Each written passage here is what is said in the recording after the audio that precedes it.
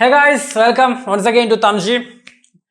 Today we are discussing about the Ponman movie starring Basil Joseph, Sajin Gobu, Lijumol, Anand Manmadan, written by Indu Goban, directed by Jyotish Shankar. അപ്പോൾ ഈ cinema എന്ന് പറയുന്നത് നമുക്ക് തുടക്കത്തിൽ തന്നെ അവർ എഴുതി കാണിക്കുന്നുണ്ടെങ്കിൽ പ്രൊമോഷനിലടക്കം നമ്മൾ അറിഞ്ഞിട്ടുണ്ടായിരുന്നു.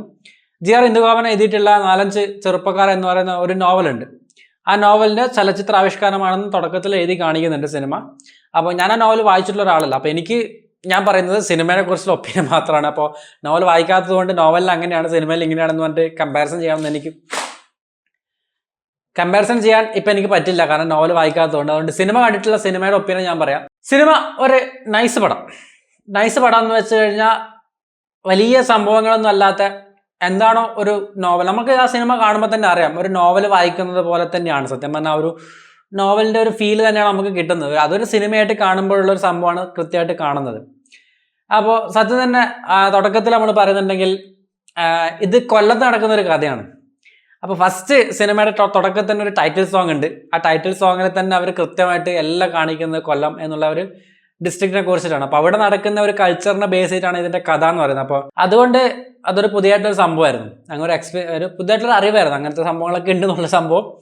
അപ്പോൾ അതുകൊണ്ട് തന്നെ അവിടെയുള്ളവർക്ക് കൂടുതൽ കണക്റ്റ് ആവും. ചിലപ്പോൾ എന്നല്ല, അവിടെയുള്ളവർക്ക് കൂടുതൽ കണക്റ്റ് ആവട്ടെ. അങ്ങനത്തെ ഒരു സംഭവമാണ് സിനിമയുടെ കഥ എന്ന് പറയുന്നത്. ഈ പൊന്മാൻ എന്ന് പറഞ്ഞിട്ടുള്ളൊരു പേര് എന്തിനിട്ടെന്ന് ഞാൻ കുറേ ആലോചിച്ചു. അപ്പോൾ സിനിമ കണ്ടപ്പോൾ അതിൻ്റെ ഉത്തരം നമുക്ക് കിട്ടി. എന്താണ് പൊന്മാൻ എന്ന് പറഞ്ഞിട്ടുള്ള സംഭവം, അത് ഞാൻ പറയുന്നില്ല, നിങ്ങൾ സിനിമ കാണുന്ന സമയത്ത് നിങ്ങൾക്ക് മനസ്സിലാക്കാൻ പറ്റും. GR ഇന്ദു ഗോപനും അതുപോലെ ജസ്റ്റിൻ മാത്യുവും ചേർന്നിട്ടാണ് ഇതിൻ്റെ റൈറ്റിംഗ് നടത്തിയിട്ടുള്ളത്. റൈറ്റിംഗ് പോർഷനിൽ വരുന്നത് GR ഇന്ദു ഗോപൻ്റെ മുന്നത്തെ പടങ്ങൾ നിങ്ങൾക്ക് പറഞ്ഞറിയുന്നതായിരിക്കും. ക്രിസ്റ്റി എന്ന് പറഞ്ഞിട്ടുള്ളൊരു പടമുണ്ട്, കാപ്പ ഉണ്ട്, പിന്നെ ഒന്നുകൂടി തെക്കൻ തല്ലുകേസ് എന്നൊരു പടം. ഇതൊക്കെ പുള്ളി റൈറ്റ് ചെയ്തിട്ടുള്ള പടങ്ങളാണ്. അപ്പോൾ ആ ഒരു മോഡുണ്ടല്ലോ സിനിമയുടെ ഒരു വൈബ് എന്ന് പറയുന്നത് ഒരു സിമ്പിൾ മോഡാണ്. നമ്മളൊരു ഫ്ലാറ്റ് ലെവലിൽ കഥ പറഞ്ഞു പോകുന്ന ഒരു സിമ്പിൾ സ്റ്റോറി.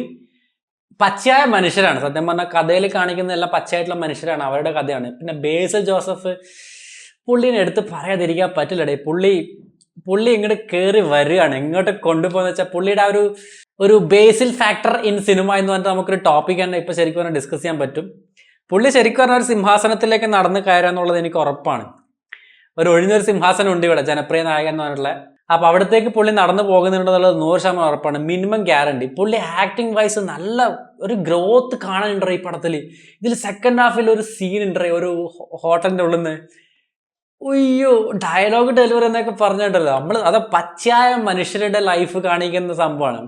അപ്പോൾ അതിൻ്റെ ഒരു സമയത്ത് ഒരു ഡയലോഗ് ഡെലിവറി, പുള്ളിയുടെ ആക്ടിങ് എക്സ്പ്രഷൻസ് ഒക്കെ ഉയ്യോ കിച്ചാത്ത കിട്ടു സാധനം. നമുക്ക് സത്യം പറഞ്ഞാൽ എനിക്ക് കൈയടിക്കാൻ തോന്നി. ആ രീതിയിൽ പെർഫോമൻസ് ഉണ്ട്. പുള്ളി ഇങ്ങനെ ഓരോ പടം കഴിയുമ്പോഴും കയറി വരികയാണ്. എന്തിനാ ഒരു മാസം തന്നെ 2 പടം, പ്രാവിൻകുടി ഷാപ്പ് എന്ന് പറഞ്ഞിട്ട് ഈ മാസം ഫസ്റ്റ്, ഈ മാസം ലാസ്റ്റ് ഡേ പൊന്മാൻ. അയ്യോ അതൊരു ബേസിൽ ഫാക്ടർ, ഒരു മിനിമം ഗ്യാരണ്ടി എന്നുള്ള സംഭവത്തിലേക്ക് പുള്ളി നടന്ന് കയറിക്കൊണ്ടിരിക്കുകയാണ്. പിന്നെ എടുത്തു പറയാനുള്ളത് നമ്മുടെ അമ്പാൻ സജിൻ ഗോപു. പുള്ളി സത്യം പറഞ്ഞാൽ എനിക്ക് തോന്നുന്നത് പുള്ളി നാളെ കലാഭവൻ മണി എന്ന് പറയുന്ന ഒരു ആക്ടറുടെ ഒരു സ്പേസിലേക്ക് പുള്ളി നടന്ന് കയറുന്നുള്ളത് എനിക്ക് ഉറപ്പാണ്. കാരണം നമ്മളിപ്പോൾ ഈ സിനിമയിൽ പുള്ളിയുടെ ഗെറ്റപ്പ് എന്ന് പറഞ്ഞാൽ നമ്മൾ ആവേശത്തിൽ അമ്പാൻ എന്ന് പറഞ്ഞ ഒരു ഗെറ്റപ്പായിട്ട് വലിയ വ്യത്യാസങ്ങളൊന്നുമില്ല.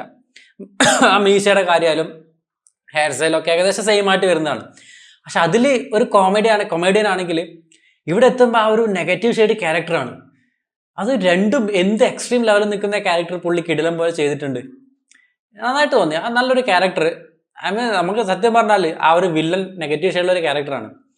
അപ്പോൾ അത് കൃത്യമായിട്ട് ഫീൽ ചെയ്യുന്നുണ്ട്. പുള്ളി മാസ് കാണിക്കുമ്പോൾ മാസ് ഫീൽ ചെയ്യും, വില്ലനിസം കാണിക്കുമ്പോൾ നമുക്ക് വില്ലനിസം ഫീൽ ചെയ്യും, കൊമേഡിയായിട്ട് കാണിക്കുമ്പോൾ കൊമേഡിയനായിട്ട് കാണുമ്പോൾ അത് നമുക്ക് ഫീൽ ചെയ്യുന്ന പറഞ്ഞ പോലെ പുള്ളി അവർ ഇതിലേക്ക് കയറിക്കൊണ്ടിരിക്കുകയാണ് സത്യം പറഞ്ഞാൽ. പിന്നെ ഇതിൽ എടുത്തു വരാനുള്ള ആക്ടർ എന്നുള്ള രീതിയിൽ ആനന്ദ് മന്മഥൻ എന്ന് പറഞ്ഞിട്ടൊരു ക്യാരക്ടർ, പുള്ളിയുടെ മുന്നത്തെ ഒരു ക്യാരക്ടർ നിങ്ങൾക്ക് പറഞ്ഞാൽ ചിലപ്പോൾ മനസ്സിലാവും. ജയ ഹേ എന്ന് പറഞ്ഞ സിനിമയിൽ ദർശനയുടെ ബ്രദറായിട്ടൊരു പുള്ളി ഉണ്ടല്ലോ, ആ പുള്ളി കാരണമാണ് ഇതിൽ വന്നിട്ടുള്ളത്. തുടക്കത്തിൽ നല്ലൊരു ഡ്രൈവ് ചെയ്യുന്നൊരു ക്യാരക്ടറാണ്, കഥേനെ ഡ്രൈവ് ചെയ്യുന്നൊരു ക്യാരക്ടറാണ് സത്യം പറഞ്ഞാൽ. അപ്പോൾ അങ്ങനെ മൊത്തത്തിൽ ഒരു പച്ചയായിട്ടുള്ള മനുഷ്യരുടെ ജീവിതം കാണിക്കുന്ന കുറച്ച് പച്ചയായിട്ടുള്ള സിനിമ എന്നുള്ള രീതിയിൽ നമുക്ക് പറയാം. അതിനിടെ ഒരു സിമ്പിൾ കഥ, ഒരു സിമ്പിൾ സ്റ്റോറി, ഒരു സിമ്പിൾ എക്സ്പീരിയൻസ്.